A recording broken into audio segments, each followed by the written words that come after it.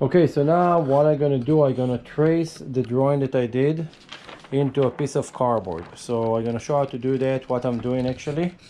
Again, there's a million other way to do that. This is the way that you do model airplane, and it's exactly the same like building full-size airplane.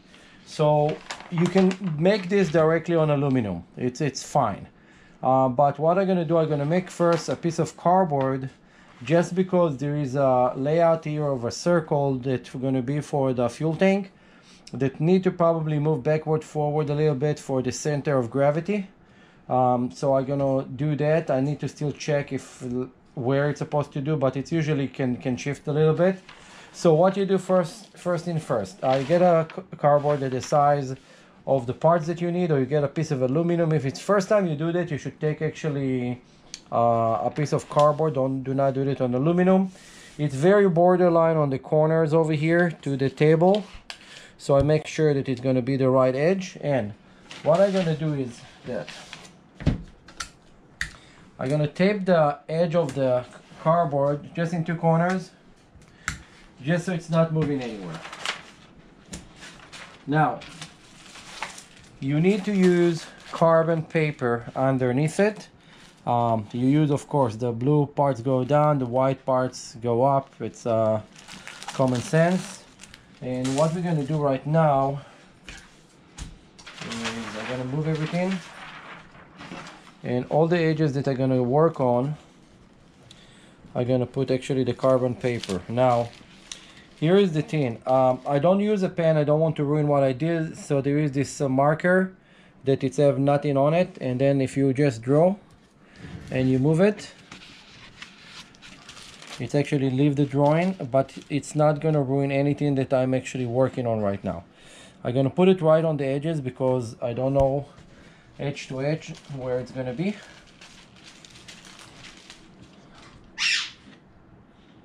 It's my birds yelling on the background. If you're wondering what it is, it's a little birds that love to scream.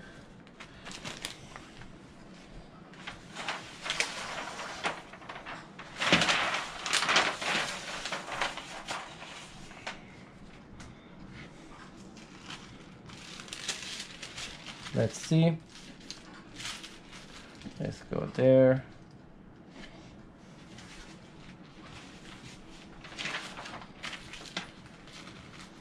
It's gonna go right there.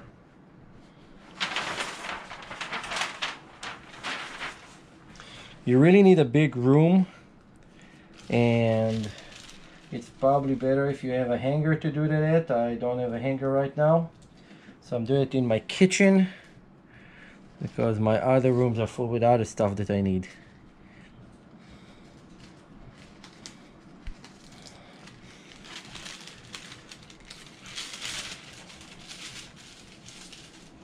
Okay, we got this here, and we got this thing there, and let's see. Let's do here. So this is gonna go there.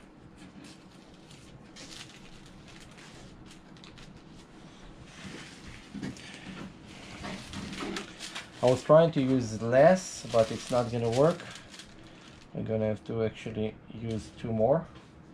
It's not really matter because they're not that they're running out or anything. Just to save time.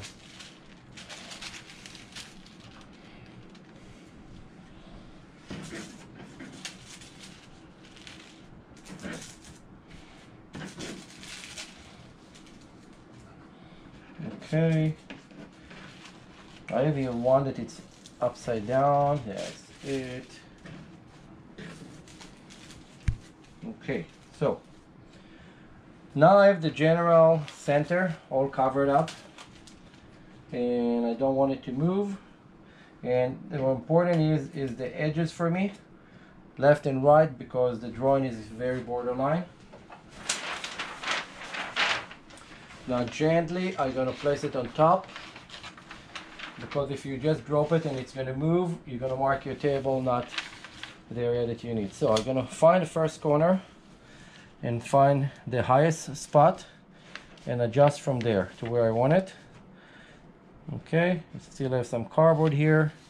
I have here some extra space. I'm gonna pull it. Now this is in the corner where I want it. This is in the center where I want it. I have here enough space.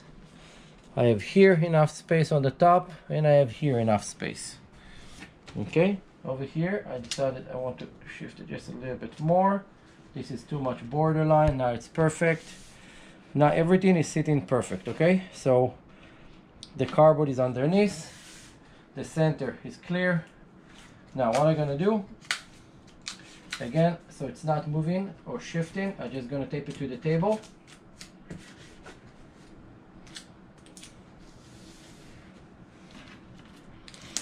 Okay, and this is preparation 101. Now it's prepared to start doing all the drawing that we need. Now this thing is a straight line, this thing is a straight line, those are arches. Okay, so you can take a ruler and just run those with the ruler. It will be real quick. And then the arch, you can take a PVC pipe and turn it, or you can just trace it by hand. It's not really matter. But before I do this, the where I want to start is going to be from those guys. All those circles represent holes that rivets need to go through. I'm trying to trace the biggest area, so those will mark for me where I need to punch holes. And I'm gonna do the holes just a little bit bigger than what it's supposed to, so I'm gonna have some play over there. Now I know this one is very close. You can see in the drawing it's very close because there is a rib over there, but this may be gonna end up changing to a round, so I'm not worried about it.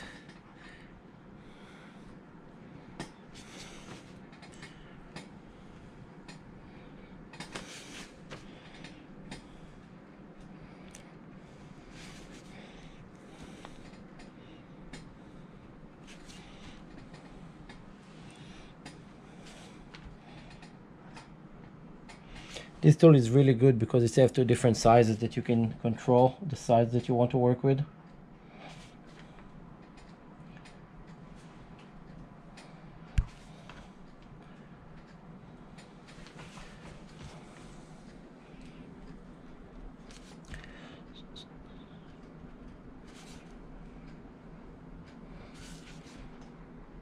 Now a lot of people, the way that they do that, they just cut a parchment paper and they will actually put it on top of the aluminum and make a template and then try to actually draw around the edges.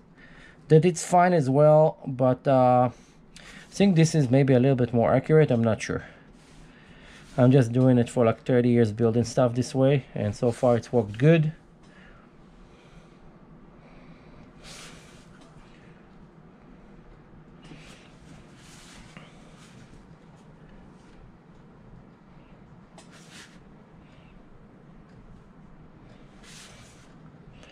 Preparation, preparation, preparation.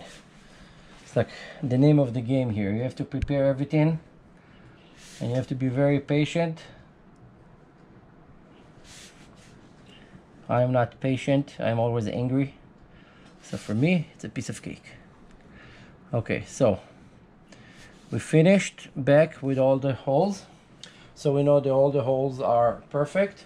I'm still gonna draw the center line, although that I really don't need the center line at all. The center line right now is useless, but I just want to trace it to see that everything transfers the right way. Now we have the straight line here. I'm just gonna do it by hand. I'm not gonna need any ruler or anything.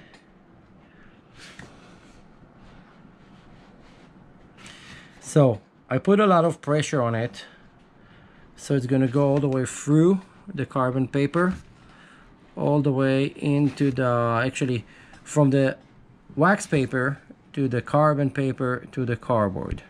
And then I'm gonna get to the edge and I'm gonna continue a little bit. You always want to continue the edges, so if you mess up something you can go back and actually fix it. I'm gonna do the other side and then only I'm gonna do the arches.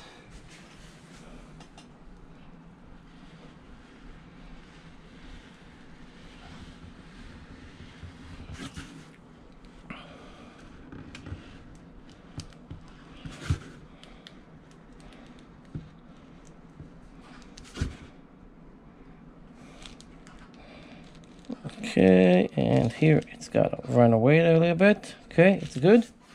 And now we're gonna do the arches. It's painful to do. Okay, those arches, I'm just gonna lay on it. It will be easier.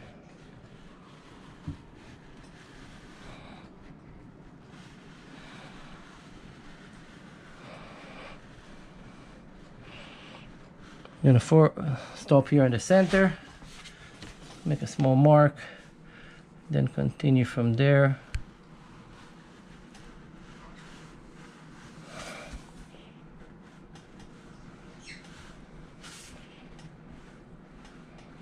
And again, past the corner that I need. Now we're gonna do the bottom one. Again, start from the intersection.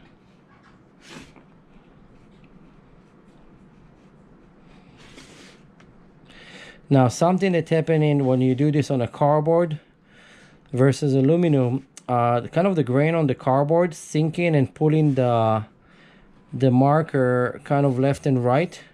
It should not happen to you on the aluminum. It just right when you put the weight on it, it's just moving. It keeps shifting.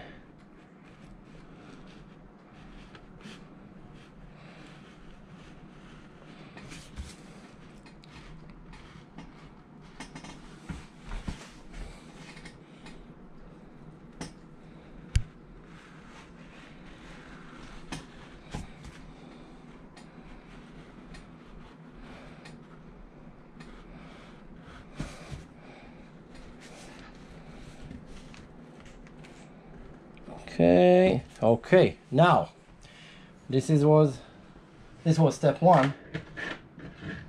Now the critical part, we need to see how good it's underneath. I don't want to damage the drawing that I did, so I'm gonna put it up quick, and I'm gonna fold the tape underneath, and I'm gonna go there, fold this underneath. Let's toss this over there. And now I can collect back all my tracing paper.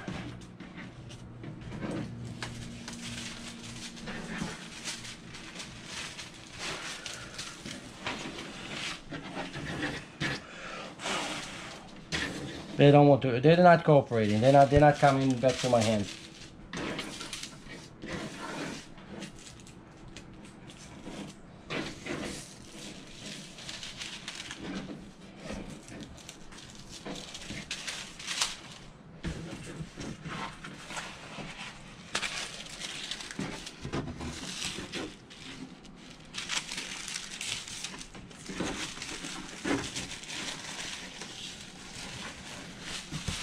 Okay, so just as a general practice, so right now you can see the entire shape of what I did. Everything is marked, and you're going to do the same marking on your aluminum when you're going to cut your airplane kit or whatever you're building. So now I have this piece, and what I'm going to need to do is just cut it right now. I'm gonna first cut only the outside and go and measure that it's fitted, that the curve is nice, and then I'm gonna deal with punching those holes. As long as the outside will be good, it will be actually good enough for me, because I know that those holes in the right spots. So I'm gonna cut it, and then I'm gonna go try it. To cutting it, I just need scissors, and let's get scissors. You can do that also with X-acto blade. It will be probably much faster.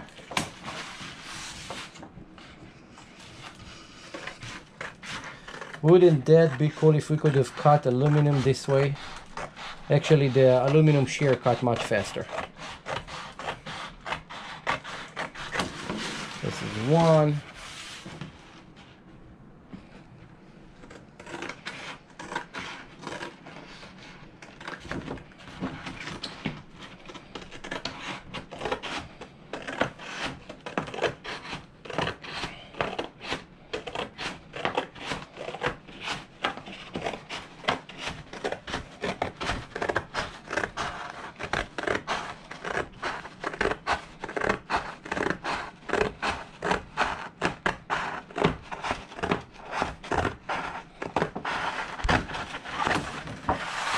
By now you're probably saying that you should have been better more in art or craft at school, huh?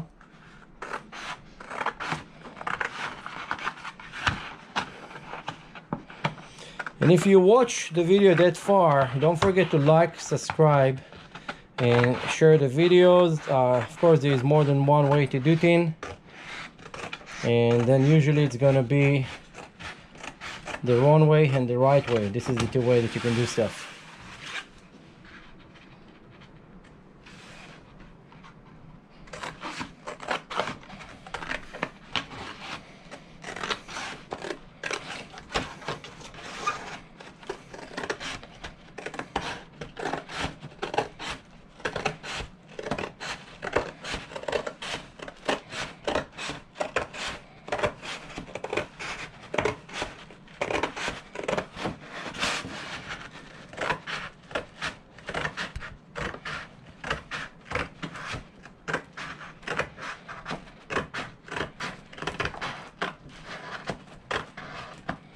Okay, so here we go. This is the parts. Now, why I did not cut the holes right now, I want to explain real quick. Because when you're going to put it on the airplane and to make sure that the hole's in the right place, what I can do, I can just stab them with kind of an ice pick or something, make sure that those two in the center in the right place, and then I can stab slowly all those, and it will show me that all the holes are in the right place. But each time I'm going to stab one, I'm going to put a screw through it and hook it up to the actually frame of the airplane.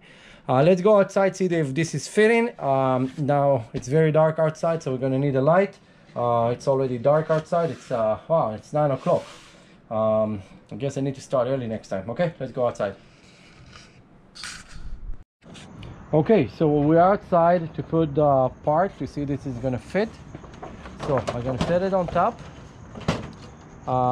This is the hole that going here for the front, and there is a hole that going for the back.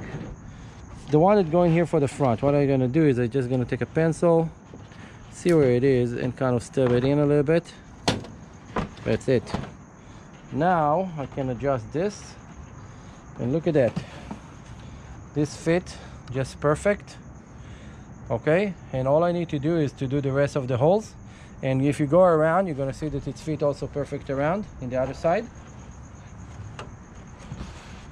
And that's it. Our cover is kind of ready. So now, step 2 will be to actually make it out of aluminum. And what I'm going to do different, there's different drawing that people do different things. So usually there is another piece that overlaps that one. So the airflow, usually you want it to continue, but here in most airplanes they did not have this arch, but I do have it in my airplane. So what I'm going to do, I'm going to make this part, and then when I'm going to make the engine cover, what I'm going to do is actually I'm going to make another piece that's going to be very close to this above the rivets that will hook up actually to this part. And then the important thing also here is actually this line, this intersection, that it's going to continue, this line going to continue for the line of the airplane. So this is something very, very important to do. And that's it. This was like step 1, just how to trace it and how to practice on a piece. I did this video because I look online and I could not find anybody that explained anything like that for home builders. Everybody wants you to get the instruction and break your head with it and make mistakes that's going to cost you a lot of money. And we really don't want you to do that. You know, I want to teach you to do stuff the right way.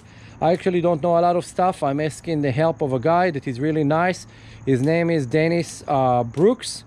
He have like a couple Hummels that he built, and actually I take his advice, and I talk actually also to the people and the company that actually developed this thing, and you know, like how to finish the project and everything. So there is more than one way. I just wanted to show you like how I do stuff, because I know that I could not find anywhere a video that explain actually how to trace anything for ultralights. And yes, this is a metal ultralight, just so you know. It's not a, you know, one of those fabric. We still have to remove a lot of weight of it. We know a couple parts that started with metal gonna need to change to aluminum, and that's it. Next is to make this out of aluminum, and we're gonna show you how to do that. Bye.